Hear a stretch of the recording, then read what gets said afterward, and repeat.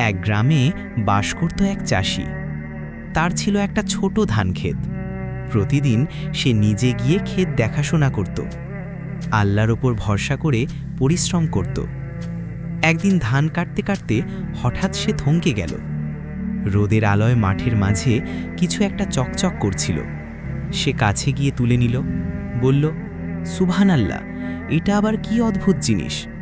তখনকার সময়ে গ্রামের কেউই আয়না চিনত না, এমন জিনিস তারা কোনো দিন দেখেনি। চাষিটাও জানত না এটা আসলে কি। সে জিনিসটার দিকে তাকাতেই চমকে উঠল। সে দেখল একজন মানুষ, আর সেই মুখটা দেখতে একদম তার বাবার মতো। কিন্তু তার বাবা তো অনেক আগেই মারা গেছেন। চাষির বুক কেঁপে উঠল। সে ভাবল, এটা কি সত্যিই আমার বাবা নাকি কোনো ভূত? তারপর নিজেই বলল, না, ভূত হলে তো এতক্ষণে আমার ঘাড় মুটকে দিত, কিন্তু কিছুই তো করেনি, তার মানে এটাই আমার বাবা। এই ভেবে সে আবেগে ভেঙে পড়ল।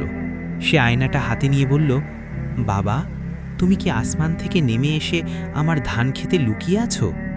সে ভাবল, আল্লাহ বুঝি আবার তাকে তার বাবাকে দেখার সুযোগ দিয়েছেন। নদীর ধারে গিয়ে বসে পড়ল সে। আয়নাটাকে বুকে চেপে ধরল, কপালে ঠেকিয়ে সালাম করল। চোখ দিয়ে অজরে পানি ঝরতে লাগল। সে আয়নার সাথে কথা বলতে লাগল, নিজের সব দুঃখ কষ্ট বলে ফেলল। সেদিন আর কোনো কাজই করল না। বাড়ি ফিরে আয়নাটা খুব যত্ন করে কলসির ভেতর লুকিয়ে রাখল, যেন কেউ দেখতে না পায়। এরপর থেকে সে গোপনে প্রতিদিন আয়নার সাথে কথা বলতে লাগল। কিন্তু একদিন তার স্ত্রী সব দেখে ফেলে। এরপর যখন তার স্ত্রী আয়নায় এক মহিলার মুখ দেখবে, তখন কি হবে? জানতে চাইলে কমেন্ট করো পরের পর্ব, আর সাবস্ক্রাইব করতে ভুলবে না।